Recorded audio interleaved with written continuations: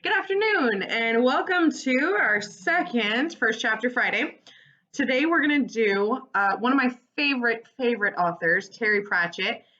He's written, I don't even know, I have more books than I can count. And one of the things that's fascinating about him, he is a fantasy author, uh, but he's incredibly well read, and a lot of classic literature finds its way into his book in one way or another. He toys with ideas and concepts that um, I guess it would be satire, where he presents it in a way that you're like, yeah, that is kind of ridiculous that we do that.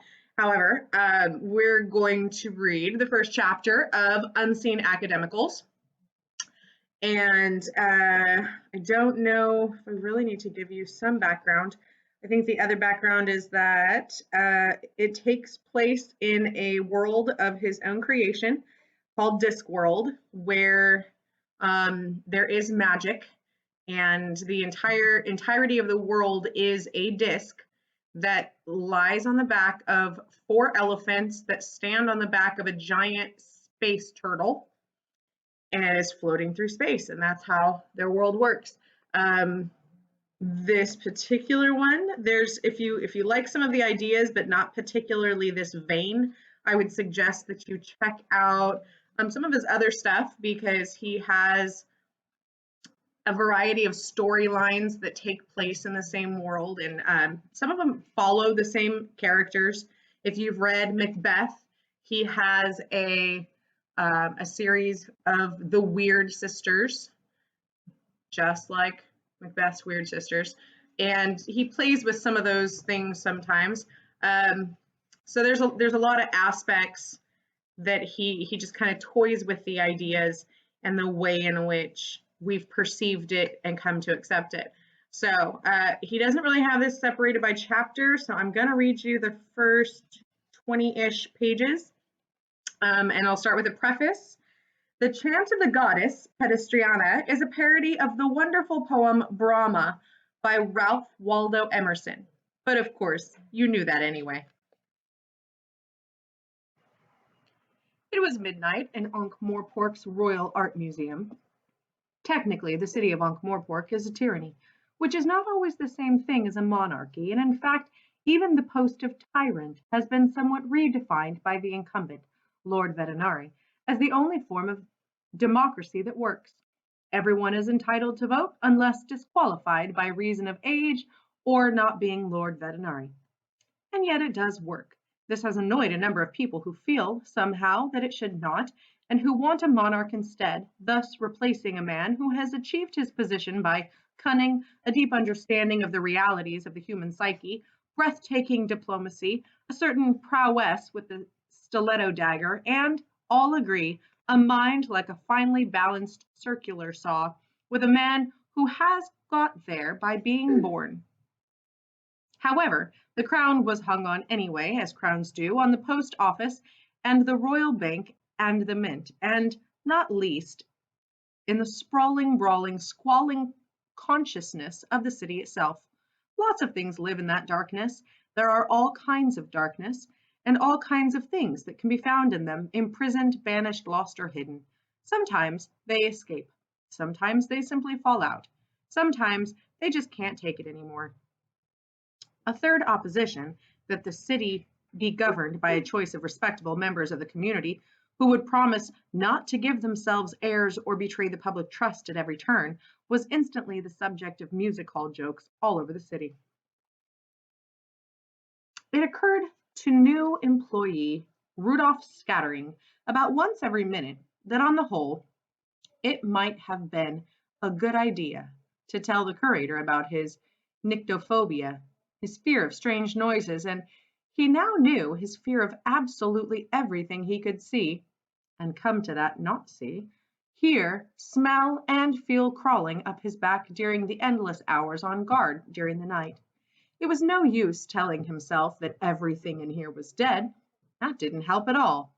It meant that he stood out. And then he heard the sob. A scream might have been better.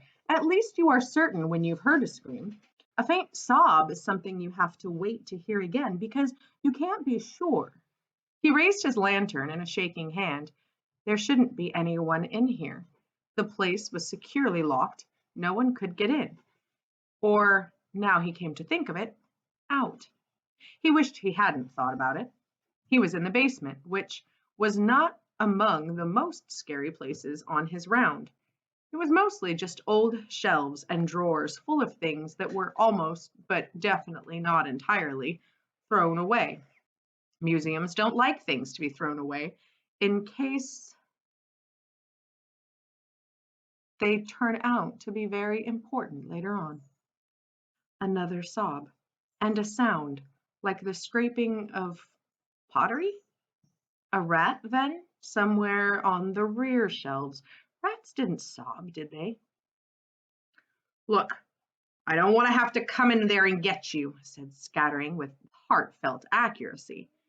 And the shelves exploded. It seemed to him to happen in slow motion, bits of pottery and statues spreading out as they drifted toward him. He went over backward, and the expanding cloud passing overhead crashed into the shelves on the other side of the room, which were demolished. Scattering lay on the floor in the dark, unable to move, expecting at any moment to be torn apart by the phantoms bubbling up from his imagination. The day staff found him there in the morning, deeply asleep and covered in dust. They listened to his garbled explanation, treated him kindly, and agreed that a different career might suit his temperament. They wondered for a while about what he had been up to, night watchmen being rather puzzling people at the best of times, but put it out of their heads because of the find.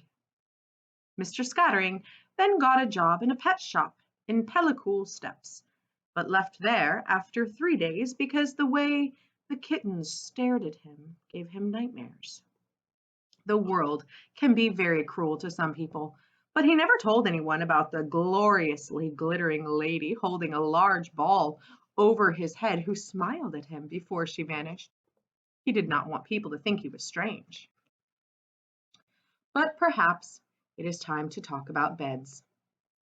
Latrology, the study of the bed and its associated surroundings, can be extremely useful and tell you a great deal about the owner, even if it's only that they are a very knowing and savvy installations artist. The bed of our Chancellor Ridcully of Unseen University, for example, is at the very least a bed and a half, being an 8-poster. It encompasses a small library and a bar, and artfully includes a shutaway privy, a mahogany and brass throughout, to save those long, cold, nocturnal excursions with their concomitant risk of tripping over slippers, empty bottles, shoes, and all the other barriers presented to a man in the dark who is praying that the next thing that he stubs his toe will be porcelain, or at least easy to clean. The bed of Trevor Likely is anywhere.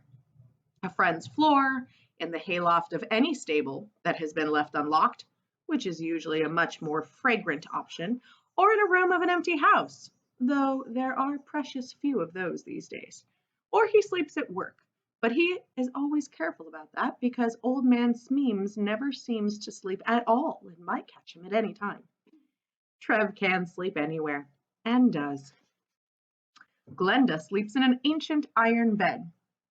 That is to say, Glenda officially sleeps in the old iron bedstead. In reality, most of her sleeping is done in a huge and ancient armchair in the night kitchen, where she has very nearly mastered the art of doing without proper sleep altogether. So many crumbs, spoons, bits of pie dough, books, and spilled drinks have gone down the sides of the cushions of that chair that it might well now harbor a small, thriving civilization.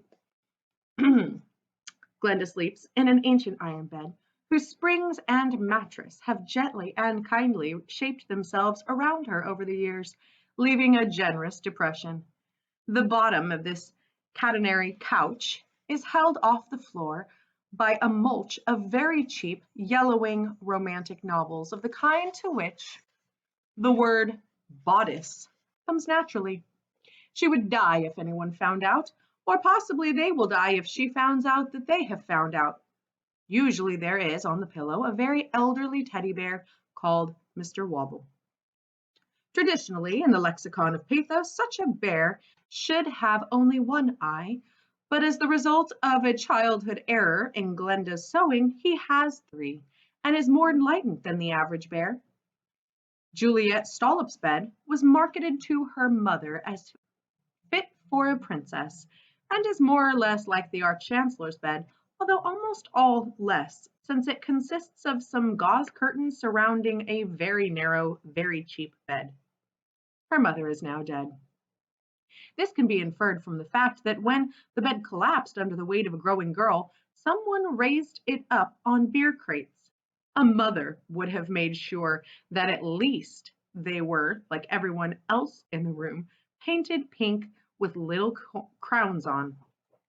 Mr. Nutt was 7 years old before he found out that sleeping, for some people, involved a special piece of furniture. Now, it was 2 o'clock in the morning. A cloying silence reigned along the ancient corridors and cloisters of Unseen University. There was silence in the library. There was silence in the halls. There was so much silence you could hear it. Everywhere it went, it stuffed the ears with invisible fluff. Boing! The tiny sound flew past, a moment of liquid gold in the Stygian silence. Silence ruled again above stairs until it was interrupted by the shuffling of the official thick-stoled carpet slippers of Smeems, the candle knave, as he made his rounds throughout the long night from one candlestick to another, refilling them from his official basket. He was assisted tonight, although to judge from his occasional grumbling, not assisted enough, by a dribbler. He was called the candle knave because that was somehow the post that had been described in the university records when it was created almost 2,000 years before.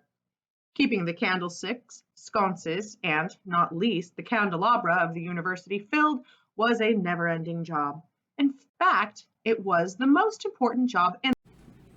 Oh, Seams would admit under pressure that there were men in pointy hats around, but they came and went and mostly just got in the way. Unseen University was not rich in windows, and without the candle knave, it would be in darkness within a day. That the wizards would simply step outside and, from the teeming crowds, hire another man capable of climbing ladders with pockets full of candles had never featured in his thoughts. He was irreplaceable, just like every other candle knave before him. And now, behind him, there was a clatter as the official folding stepladder unfolded. He spun around. "Hold the damn thing right," he hissed. "Sorry, master," said his temporary apprentice, trying to control the sliding, finger-crushing monster that every stepladder becomes at the first opportunity, and often without any opportunity at all. "And keep the noise down," Smeems bellowed. "Do you want to be a dribbler for the rest of your life?" "Actually, I quite like being a dribbler, sir." "Ha! Want of ambition is the curse of the laboring class. Here, give me that thing." The candle knave snatched at the ladder just as his luckless assistant closed it. Sorry about that, sir." "There's always room for one more on the wick-dipping tank, you know," said Smeems, blowing on his knuckles. "Fair enough, sir." The candle knave stared at the gray, round, guileless face. There was an unmistakably amiable look about it that was very disconcerting, especially when you knew that it was looking at you. And he knew what it was. Oh, yes, but not what it was called. "What was your name again? I can't remember everybody's name." "Not Mr. Smeems, with 2 T's. "Do you think the second one helps matters, Nut?" "Not really, sir." "Where is Trev? He should be on tonight." "Been very ill, sir. Asked me to do it." The candle knave grunted. "You have to look smart to work above stairs, Nuts." Nut, sir. Sorry, sir. Was born not looking smart, sir.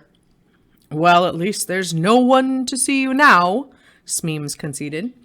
All right, follow me and try to look less, well, just try not to look. Yes, master, but I think you are not paid to think, young man. Will try not to do so, sir. 2 minutes later, Smeems was standing in front of the Emperor, watching a suitably amazed Nut. A mountain of silvery gray tallow almost filled the isolated junction of stone corridors. The flame of this candle, which could be made out of a mega candle aggregated from the stubs of many, many thousands of candles that had gone before, all dribbled and runneled into one great hole, was a glow near the ceiling, too high to illuminate anything very much. Smeem's chest swelled. He was in the presence of history. Behold, Nuts! Yes, sir, beholding, sir. It's Nut, sir. 2,000 years look down on us from the top of this candle, Nuts. Of course, they look further down on you than on me. Absolutely, sir. Well done, sir. Smeems glared at the round, amiable face and saw nothing there but a slicked down keenness that was very nearly frightening. He grunted, then unfolded his ladder without much more than a pinched thumb and climbed it carefully until it would take him no further. From this base camp, generations of candle knaves had carved and maintained steps in the hubbub face of this giant. Feast your eyes on this, lad, he called down, his ground state bad temper somewhat moderated by this contact with greatness. One day you might be the man to climb this hallowed tallow.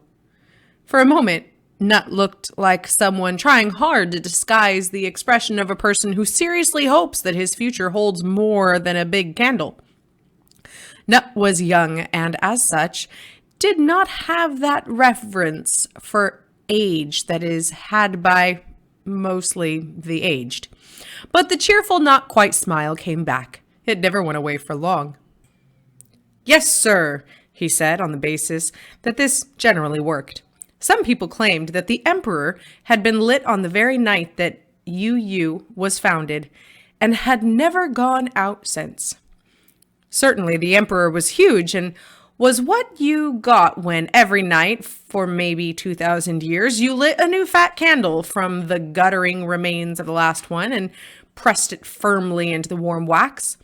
There was no visible candlestick now, of course. That was somewhere in the vast accumulation of waxy dribbles on the next floor down.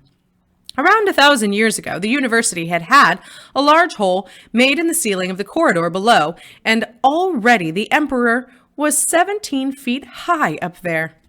There was 38 feet in total of pure, natural, dribbled candle. It made Smeems proud. He was a keeper of the candle that never went out. It was an example to everyone, a light that never failed, a flame in the dark, a beacon of tradition.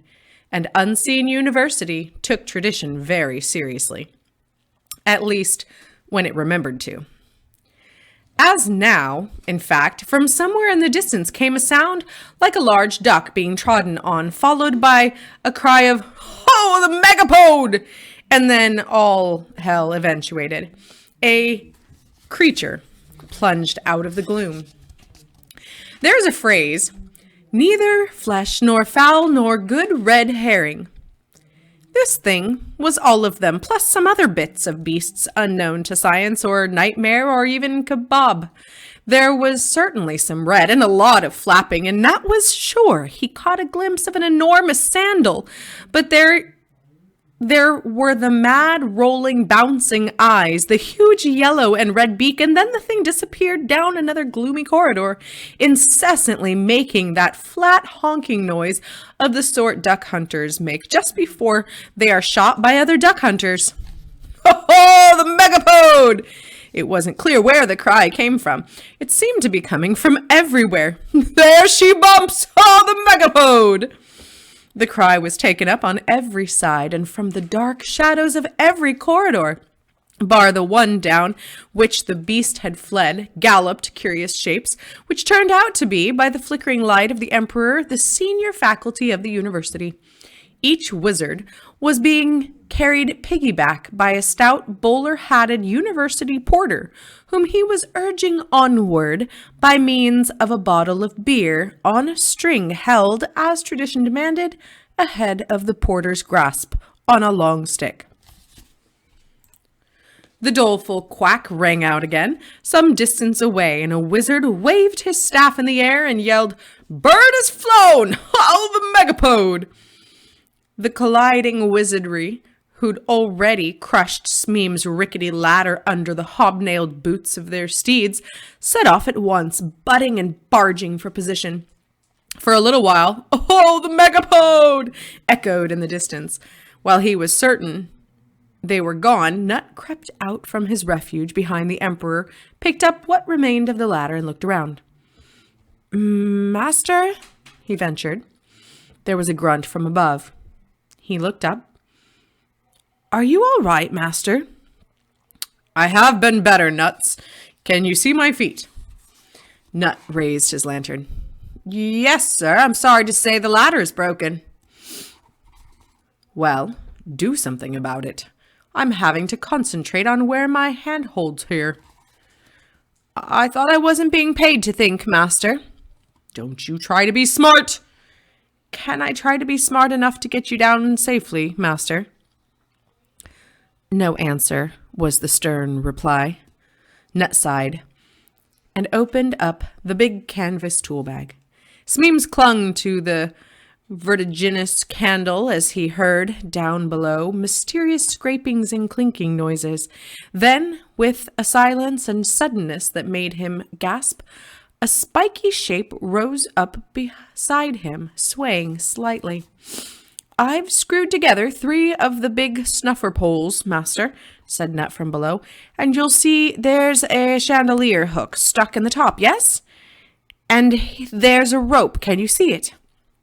I think that if you can make a loop around the emperor, it won't slip much, and you ought to be able to let yourself down slowly. Oh, and there's a box of matches, too." "What for?" said Smeems, reaching out for the hook. "Can't help noticing that the emperor has gone out, sir," said the voice from below, cheerfully. "No, it hasn't."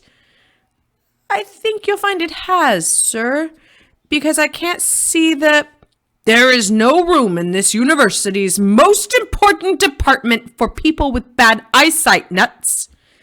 "I beg your pardon, master. I don't know what came over me. Suddenly I can see the flame." From above came the sound of a match being struck, and a yellow circle of light expanded on the ceiling as the candle that never went out was lit. Shortly afterwards, Smeems very gingerly lowered himself to the floor. "Well done, sir," said Nut. The candle knave flicked a length of congealed candle dribble off his equally greasy shirt. "Very well," he said, "but you'll have to come back in the morning to recover the—" But Nut was already going up the rope like a spider. There was a clanging on the other side of the great candle as the lengths of snuffer pole were dropped, and the boy sealed back down to his master with the hook under his arm. And now he stood there all eagerness and scrubbed, if somewhat badly dressed, efficiency. There was something almost offensive about it, and the candle knave wasn't used to this. He felt obliged to take the lad down a peg for his own good. "All candles in this university must be lit by long taper from a candle that still burns, boy," he said sternly. "Where did you get those matches?" "I wouldn't like to say, sir." "I dare say you wouldn't indeed. Now tell me, boy." "I don't want to get anyone into trouble, master."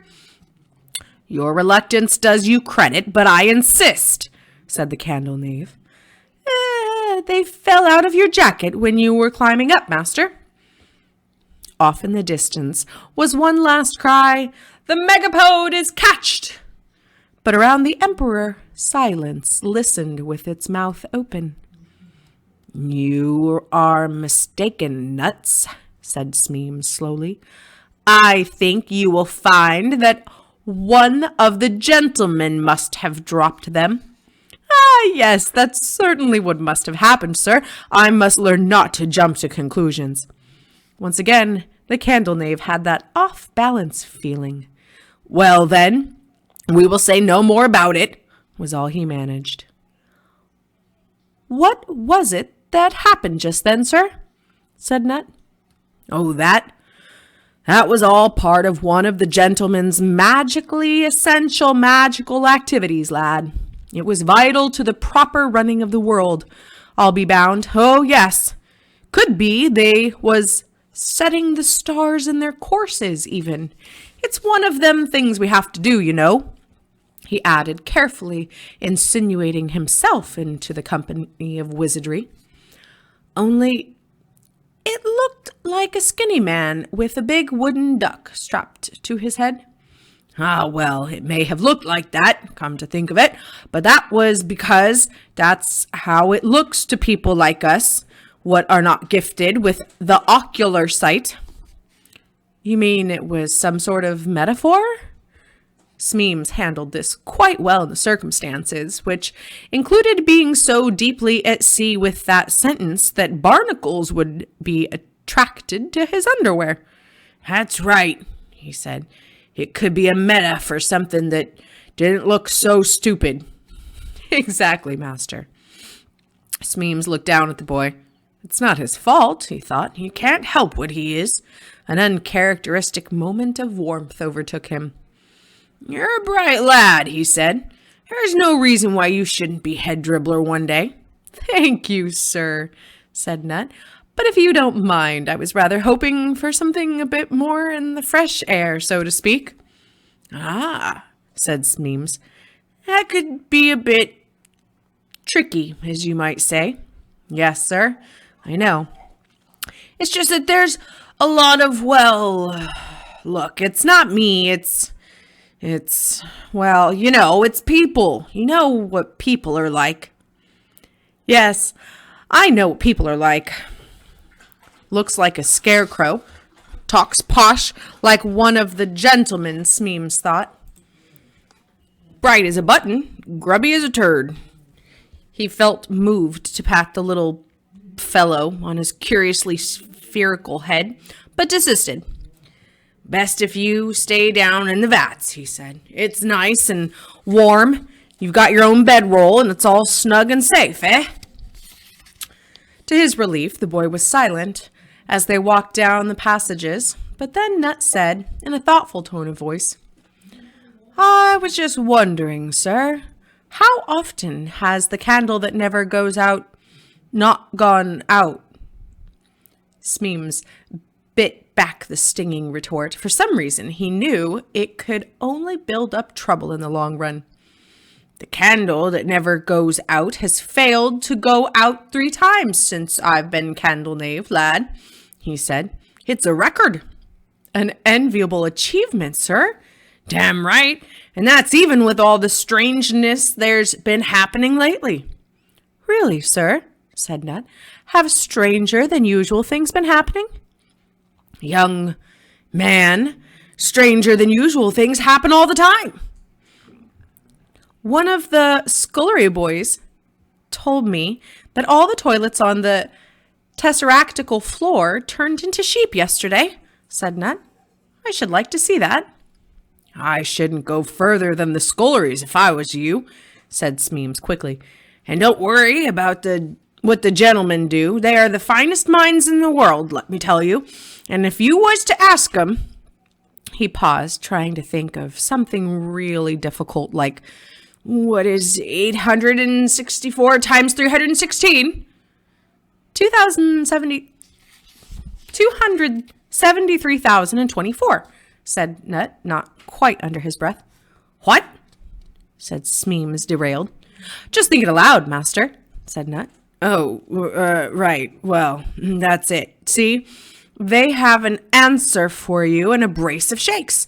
Finest minds in the world, said Smeems, who believed in truth via repetition. Finest minds, engaged in the business of the universe. Finest minds. Well, that was fun, said Mustrum Ridcully, Arch-Chancellor of the University, throwing himself into a huge armchair in the faculty's uncommon room, with such force that it nearly threw him out again. We must do it again sometime. Well, sir, we will in 100 years, said the new master of the traditions smugly, turning over the pages in his huge book. He reached the crackling leaf headed Hunting the Megapode, wrote down the date and the amount of time it had taken to find the aforesaid Megapode, and signed his name with a flourish. Ponder Stibbins. What is a Megapode, anyway? Said the chair of indefinite studies, helping himself to the port. A type of bird, I believe, said the Arch-Chancellor, waving a hand towards the drinks trolley. After me. The original Megapode is found in the under-butler's pantry, said the master of the traditions. It escaped in the middle of dinner and caused what my predecessor 1100 years ago called, he referred to the book, a veritable hey-ho-rumbelow, as all the fellows pursued it through the college buildings with much mirth and good spirits. Why? Said the head of the Department of Post-Mortem Communications, deftly snatching the decanter full of good spirits as it went past. Oh, you can't have a Megapode running around loose, Dr. Hicks, said Ridcully. Anyone'll tell you that. No, I meant why do we do it again every 100 years, said the head of the Department of Post-Mortem Communications.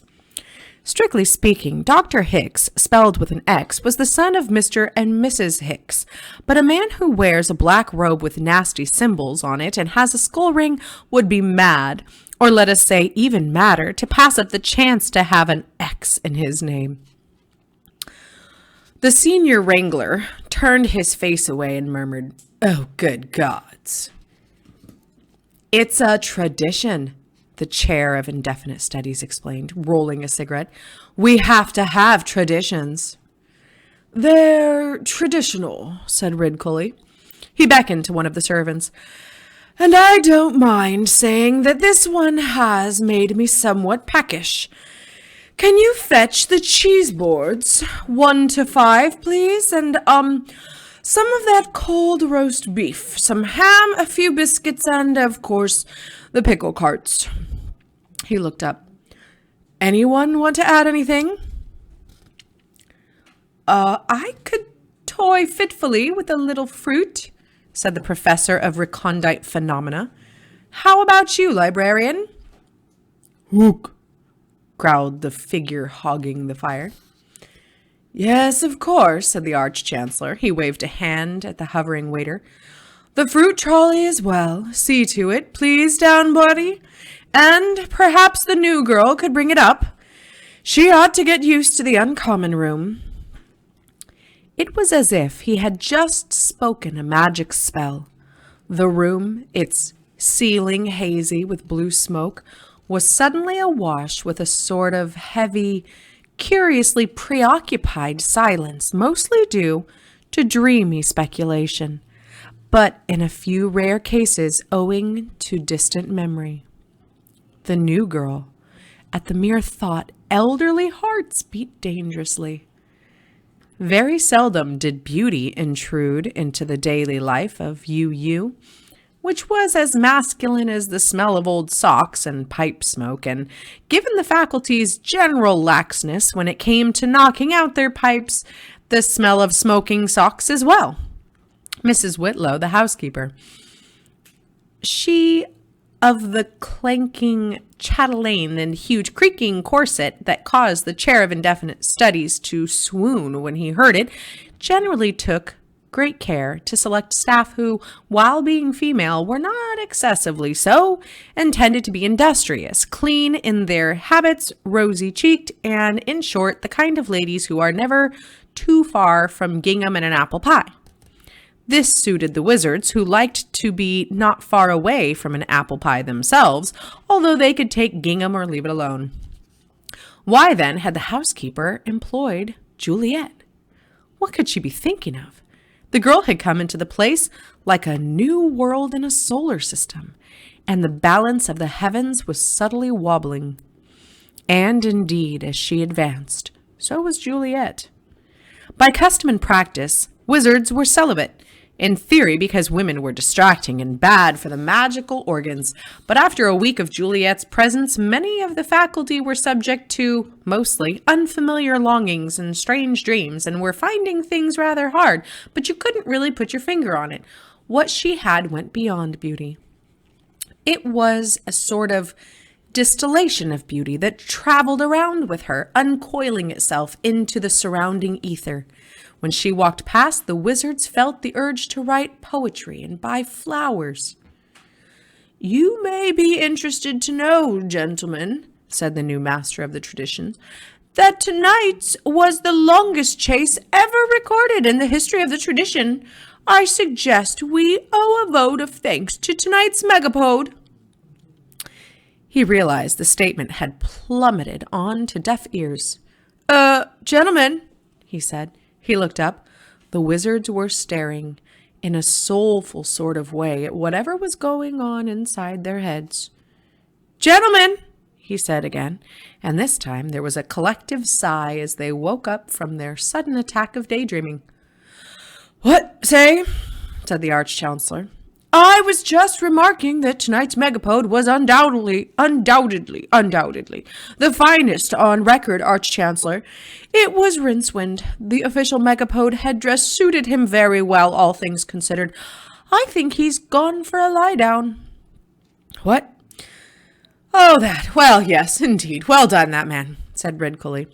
And the wizards commenced that slow hand-clapping and table-thumping, which is the mark of appreciation among men of a certain age, class, and girth, accompanied by cries of, "Very, very well done, that man, and jolly good." But all eyes stayed firmly fixed on the doorway and ears strained for the rattle of the trolley, which would herald the arrival of the new girl and, of course, 107 types of cheese, and more than 70 different varieties of pickles, chutneys, and other tacklements. The new girl might be the very paradigm of beauty, but UU was not the place for a man who could forget his cheeses. Well, she was a distraction at least, Ponder thought as he snapped the book shut, and the university needed a few of them right now. It had been tricky since the dean had left. Very tricky indeed. Who ever heard of a man resigning from UU?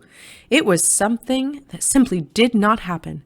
Sometimes people left in disgrace, in a box, or in a few cases in bits. But there was no tradition of resigning at all. Tenure at Unseen University was for life, and often a long way beyond. The office of Master of the Traditions had fallen inevitably on Ponder Stibbins, who tended to get all the jobs that required someone who thought that things should happen on time and the numbers should add up. Regrettably, when he'd gone to check on things with the previous Master of the Traditions, who, everyone agreed, had not been seen around and about lately, he'd found that the man had been dead for 200 years. This wasn't a wholly unusual circumstance. Ponder, after years at Unseen, still didn't know the full size of the faculty. How could you keep track of them in a place like this these days, where hundreds of studies all shared one window, but only on the outside, or rooms drifted away from their doorways during the night, traveled intangibly through the slumbering halls, and ended up docking quite elsewhere? A wizard could do what he liked in his own study, and in the old days that had largely meant smoking anything he fancied and farting hugely without apologizing. These days it meant building out into a congruent set of dimensions. Even the Arch-Chancellor was doing it, which made it hard for Ponder to protest. He had half a mile of trout stream in his bathroom and claimed that messing about in his study was what kept a wizard out of mischief. And as everyone knew, it did. It generally got him in trouble instead.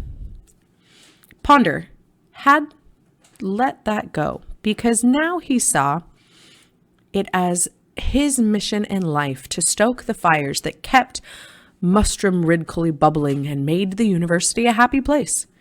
As a dog reflects the mood of its owner, so a university reflects its Arch-Chancellor. All he could do now, as the university's sole self-confessed, entirely sensible person, was to steer things as best he could. Keep away from squalls involving the person previously known as the dean, and find ways of keeping the Arch-Chancellor too occupied to get under Ponder's feet. Ponder was about to put the Book of Traditions away when the heavy pages flopped open. That's odd. Oh, those old book bindings get very stiff, said Ridcully. They have a life of their own sometimes. Has anyone heard of Professor H.F. Polander or Dr. Erasmus? The faculty stopped watching the door and looked at one another. Ring a bell, anyone? Said Ridcully. Not a tinkle, said the lecturer in recent runes cheerfully. The Arch-Chancellor turned to his left. What about you, Dean? You know all the old... Ponder groaned. The rest of the wizards shut their eyes and braced themselves. This might be bad. Ridcully stared down at two empty chairs with the imprint of a buttock in each one. One or two of the faculty pulled their hats down over their faces. It had been 2 weeks now, and it had not got any better. He took a deep breath and roared, "Traitor!" which was a terrible thing to say to two dimples in leather. The chair of indefinite studies gave Ponder Stibbins a nudge, indicating that he was the chosen sacrifice for today again. Just for a handful of silver he left us, said Ridcully to the universe in general. Ponder cleared his throat. He'd really hoped the megapode hunt would take the Arch-Chancellor's mind off the subject, but Ridcully's mind kept on swinging back to the absent dean the way a tongue plunges back to the site of a missing tooth. In point of fact, I believe his remuneration is at least, he began, but in Ridcully's current mood, no answer would be the right one. Remuneration? Since when did a wizard work for wages? We are pure academics, Mr. Stibbins. We do not care for mere money. Unfortunately, Ponder was a clear, logical thinker who, in times of mental confusion, fell back on reason and honesty, which, when dealing with an angry Arch-Chancellor, were, to use the proper academic term, unhelpful. And he neglected to think strategically, always a mistake when talking to fellow academics, and as a result, made the mistake of employing, as at this point, common sense. That's because we never actually pay for anything very much, he said. And if anyone needs any petty cash, they just help themselves from the big jar. We are part of the very fabric of the university, Mr. Stibbins. We take only what we require. We do not seek wealth. And most certainly, we do not accept a post of vital importance, which includes an attractive package of remuneration, whatever the hell that means, and other benefits, including a generous pension. A pension, mark you. When ever has a wizard retired? Well, Dr. Earwig, Ponder began, unable to stop himself. He left to get married, snapped Ridcully. That's not retiring, that's the same as dying. What about Dr. Housemartin? Ponder went on. The lecturer in recent rooms kicked him on the ankle, but Ponder merely said, ouch, and continued. He left with a bad case of work-related frogs, sir. "If you can't stand the heat, get off the pot," muttered Ridcully. Things were subsiding a bit now, and the pointy hats were tentatively raised. The Arch-Chancellor's little moments only lasted a few minutes. This would have been more comforting were it not for the fact that at approximately 5-minute intervals, something suddenly reminded him of what he considered to be the dean's totally treasonable activity, to wit, applying for and getting a job at another university via a common advertisement in a newspaper. That was not how a prince of magic behaved. He didn't sit in front of a panel of drapers, greengrocers, and bookmakers, wonderful people though they may be, salt of the earth, no doubt, but even so, to be judged and assessed like some champion terrier. Had his teeth counted, no doubt. He'd let down the entire brotherhood of wizardry. That's what he'd done. There was a squeaking of wheels out in the corridor, and every wizard stiffened in anticipation. The door swung open, and the first overloaded trolley was pushed in. There was a series of sighs as every eye focused on the maid who was pushing it, and then some rather louder sighs when they realized that she was not, as it were, the intended. She wasn't ugly. She might be called homely, perhaps, but it wasn't quite a nice home, clean and decent, and with the roses round the door and a welcome on the mat and an apple pie in the oven. But the thoughts of the wizards were, astonishingly, not on food at this point, though some of them were still a bit hazy as to why not. She was, in fact, quite a pleasant-looking girl, even if her bosom had clearly been intended for a girl 2 feet taller, but she was not her. The egregious professor of grammar and usage would have corrected this to "she was not she," which would have caused the professor of logic to spit out his drink. The faculty was crestfallen, but it brightened up considering as the caravan of trolleys wound its way into the room. There was nothing like a 3 a.m. snack to raise the spirits. Everyone knew that. Well, Ponder thought, at least we've got through the evening without anything breaking. Better than Tuesday, at least.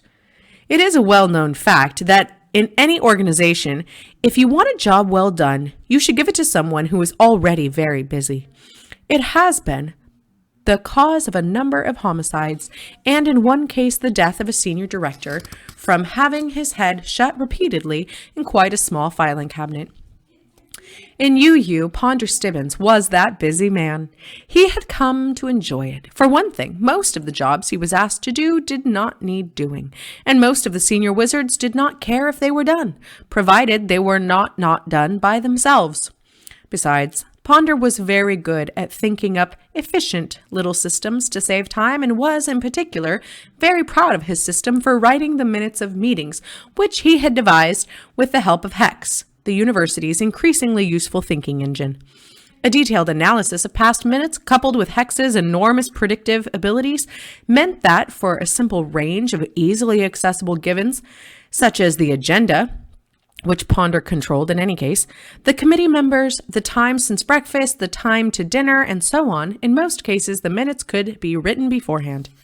All in all, he considered that he was doing his bit in maintaining UU in its self-chosen course of amiable dynamic stagnation. It was always a rewarding effort knowing the alternative, to keep things that way. But a page that turns itself was, to Ponder, an anomaly. Now, when the sound of the pre-breakfast supper grew around him, he smoothed out the page and read carefully. All right, we'll call that the first chapter. That's 20 pages in. Hope you enjoyed the first quote-unquote chapter of Unseen Academicals by Terry Pratchett. Have a great day.